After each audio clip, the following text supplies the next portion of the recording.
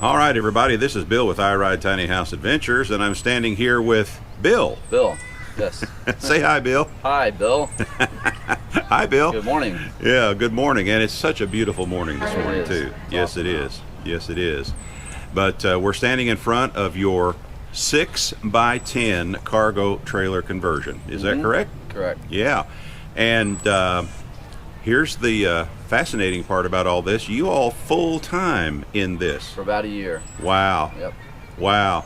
Yeah, we were just sitting around a campfire last night, and we were talking about all the places you plan to visit after Yep. you leave here. Yeah. And I said, well, when will you ever go ahead and get back home? And you said, we may not ever go back home. Exactly. But it's just amazing. And everybody's going to be really intrigued when they see the inside of this. Let me tell you, folks, you guys have a real queen style bed. It's just a little shortened, but you have a real queen, but it's shortened a little bit. You have a real shower. Yes. You have a kitchen sink. Yep. And you have an office area. We've got a little office area that converts to a bed. And Yeah, yeah. it's cozy. But it all fits in this 6x10, and the way you put it all together is really amazing. So I'll tell you what, let's go ahead and, well, let's do one thing else first, though. Sure. You also have a WeBoost. I do, yeah. Yeah. Cell phone booster. And you've got it mounted up here next to your My toolbox. Yeah. And I just take it. This is just, I bring it out when we're not, when we're stationary, and when we're mobile, I'll yank it out and just disassemble it and stick it right in here. Super easy. There you go. Real simple and easy to set up and take really down. well. Yeah. And then you've got, here's your water fill. There's my water fill. I've got a 26-gallon tank, and it works well for us. Good. Yeah. Good. All right, and we'll see that when we go inside. And speaking of going inside, why don't we go ahead and step inside? Let's do it. Yeah. Let's do it. I'll stand here at the door and do a sweep, and then we'll just kind of talk about all the features that you've built into this. Well, we've got hot water, on-demand hot water. That was something that we definitely was a priority for us. We wanted to be able to shower. And so I've got hot water in the sink, hot water in the shower. This is my 26-gallon tank. It's about half full right now. Get down there where I can get a good shot of that. Yeah. And I run everything off of an EcoFlow Delta, and it's worked out very well for us when I'm not on shore power. I'm Now, on shore power right now. What's the wattage rating on this EcoFlow Delta? I believe it's 1800. Okay. For those of you that don't know what an EcoFlow is, everybody's heard of Jackery, I'm sure, and it's very similar to a Jackery. Correct. Deb and I have the EcoFlow 600 watt version. Okay. And it's really, really handy, and we just love it. It works very, very well for us. And also down here was where your water pump was, right? Yeah, I've got a SureFlow. Yeah, let me see if mounted I can get a right good there. shot of that. There it is right there. And I really like seeing the fire extinguisher. Yep, got that. Got all the fire, smoke detectors, O2 sensors, propane sensors. What's that? Those are just sample bottles. I have no idea. And you didn't offer me any. It's for after those long days on the road, Awesome. Yeah. Now your shower. Shower's right here. Yes, sir. 27 by 27 shower pan, which was the very smallest I could find. Yes, sir. The head comes out of here when we're taking a shower, and it's got this, which is basically just a pressure switch. So as soon as I put the switch on, water comes out, so it's always under pressure. There you go. And we set the temperature with the hot water here ahead of time, so it just comes out at one temperature that is a preferred temperature for us. And yeah, it works out really well. It's it does the trick. It does the trick. Awesome. Yeah. Well, that's all that matters, as long as it does what you need it to do. Yeah. Right. And of course, I see this is your refrigerator. This is our fridge that just kind of scoots in and out. It's on furniture sliders, and 12 volt. I've got it into this 12 volt little panel here, service panel, with a switch, and it tells me my voltage right here. This is our propane sensor, and has an extra USB port. And this is an Aspinora brand. Yeah, I was going to ask you what the brand was Aspinora. on that. It works really brand. well. It's you know, it was fairly reasonably priced. I don't remember exactly, but it was, I think it was under $500 for sure. Okay, we'll see if we can find a link. Yeah, to it might have been. Sure. I honestly don't remember exactly how much, but it's done the trick for us for sure. And I see here's your ceiling fan right up here. Yeah, we've got the 14-inch ceiling fan.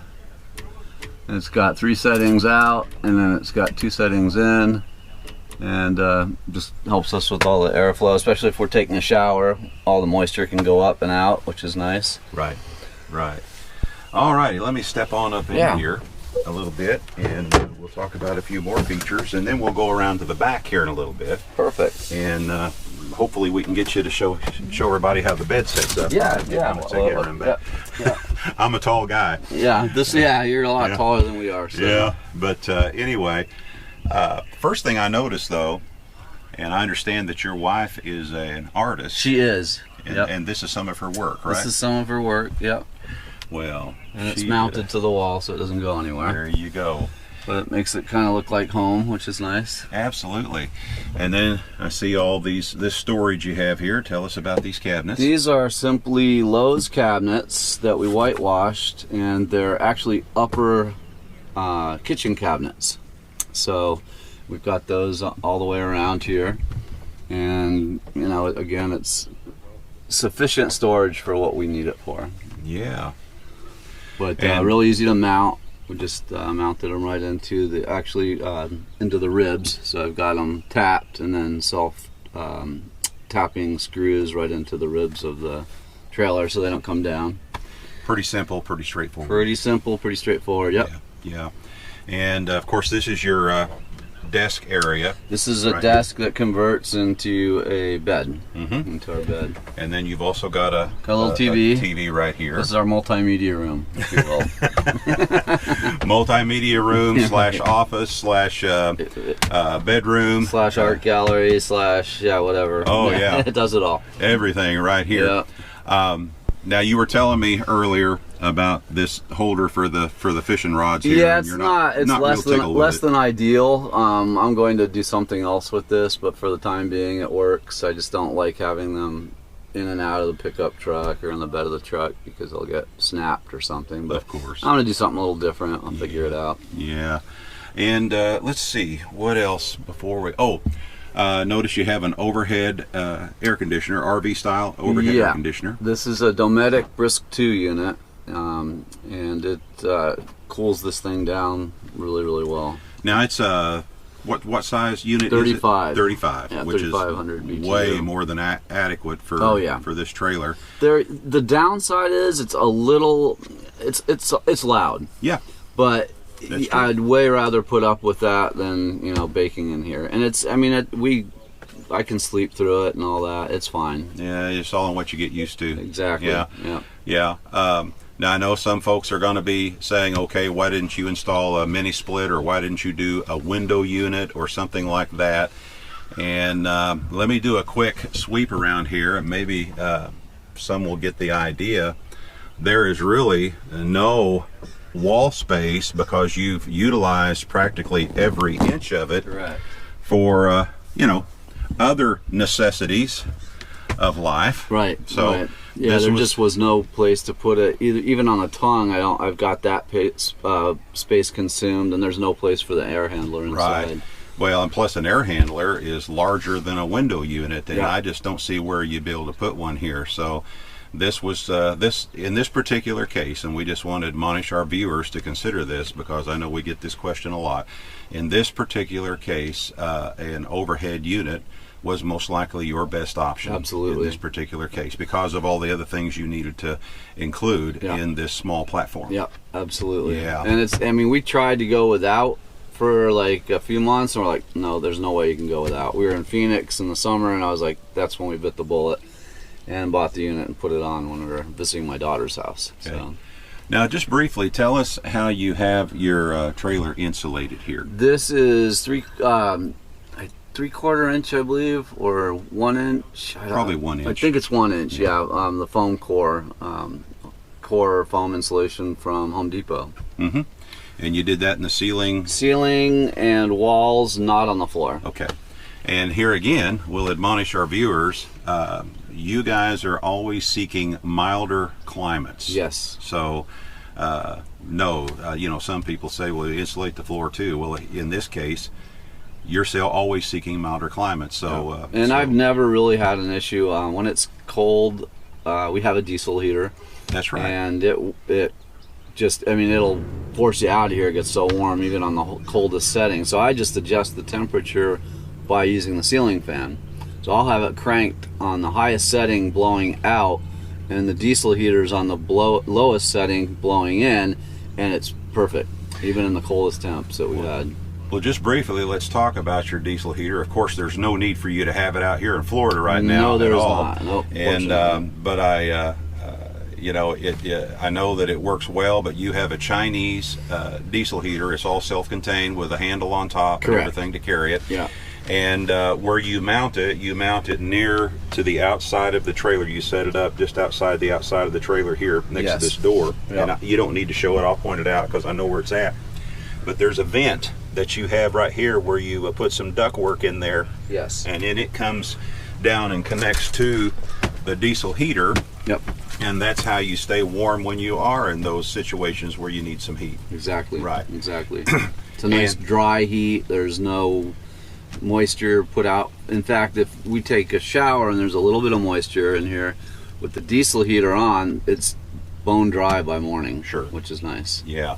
And you also told me you carry extra batteries that are dedicated just for the diesel heater. Correct. They're yeah. both deep cycle marine batteries. You carry 2, and you alternate them back and forth. One battery will last you, when you're in cold climates, one battery will last you 2 nights. 2 nights. Roughly. Yep. And then you swap out to the next one, and while you're using it, you're charging the one that you alternated back to. Exactly. And it consumes very little fuel. I think it's a 1.5 liter tank, something like that. But anyway, you fill up that diesel heater tank, and that'll go 2 nights. So it's just sipping diesel. It doesn't consume much. Right. Well, you figured out a way to make everything work. Now, what I'm going to do, and of course, this is your bed. Yep. It's in a couch configuration right now. Correct. Yeah, it's like a futon type mattress. Right. And what I think we need to do now probably is I'm going to step around to the deck on the back. Perfect. And then I will shoot through the back there. Well, if you don't mind demonstrating how this converts over into a bed. Yeah, no problem. All right, we'll be right back. All right. All right, before we step on up on the deck and we video how their couch makes into a bed, how it all converts over, just wanted to point out they're utilizing their ramp as a deck. And you were telling me when we met the last time that this has really come in handy for some of those picturesque spots you guys have been in. Yep, drop down the back of this when we've got waterfront campsites and things like that. And it just gives you a little added living space to live outdoors. We'll eat out here sometimes and just kick back and read. And it's nice. It just gives you a little bit of more elbow room. There's nothing more pleasant than being able to back up to a nice flowing brook or a creek or a small river and have your ramp down like this as a deck and just sit back there and listen to the water flowing. Yep. And absolutely. Yeah, it's pretty cool. All right, well, I'm going to step on up over here. Okay. Boy, I stepped up there pretty nice. easily. So this section just comes up and out, and I've got it doweled so these guys fold down like such. These are drilled out for coordinating dowels that fit in there, and then one on the wall. And let's see. Just down there. And then I've also got a ledger here with the dowel, a hole drilled out for the dowel, and then holes for the dowel here. So you have corresponding holes where those dowels are reusable again. Exactly. Exactly. So once you get it all set up, it's nice and sturdy and doesn't go anywhere. There we go.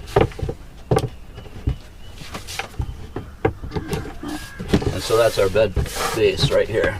And then the bed flops down, and I've got this section piano hinged, flops over there, and that's the platform for our bed. Mm-hmm. And this will come out like so. And then I have an additional piece. I think it's over here. Oh, is it? Okay, Yep. perfect. Yeah, There you go. there it is. I'll grab it. Okay, perfect. And that just Hand it to slides you. right in Here here, we go. like so. And then that complete, of course, with the door up. That's our headboard. Sure. The cargo door. And that's it. So you sleep north and south? Is that what you're saying? Yeah, we'll watch TV this way, but it's a Uh-huh. little short. But then we call it, we reorient and go this way. Gotcha. Now, what this and this is a 4-inch thick mattress. Yes, memory foam. When it's in bed form. And I sat on this the other day, and I could not believe how comfortable this thing was. It's surprising, yeah, Yeah. it really is. Yeah. And these couches, they fold up they fold up to make a couch, and they fold down to make a queen size bed. I think they're about an inch or two shy, both Yeah. directions, of being a real queen. Exactly, Right. yep. But they're available on Amazon. Deb and I have seen them on Amazon. But what you all had to do to make this fit in here, you had to trim. We did a little customization. Right. And the piece that you had to trim off in order to make it fit is what you use over here. Right. And it fits perfectly over there. So now you've got your bed. Yeah, so it's really cool. And these couches are not, these couch slash beds are not expensive. Seems like to me, and it's been a while since I've looked it up, but I think they were somewhere around 200 or less. Yeah, I think quite a bit less than that. I don't recall. I'm gonna say probably 150-ish, maybe. That's- That even that's- might. Honestly, I don't recall. It might even be high. Well, with pricing going how it is here lately, It's not going down, is it? It's not going down. what we'll do, I know what to look for on Amazon, so I'll look that up and share a link with our viewers. Perfect. So they'll know about it. But it is very surprisingly comfortable. Yes. So for a small application like this, it's It really works absolutely well. perfect. Yeah. It does. Wow. All righty, man. All right.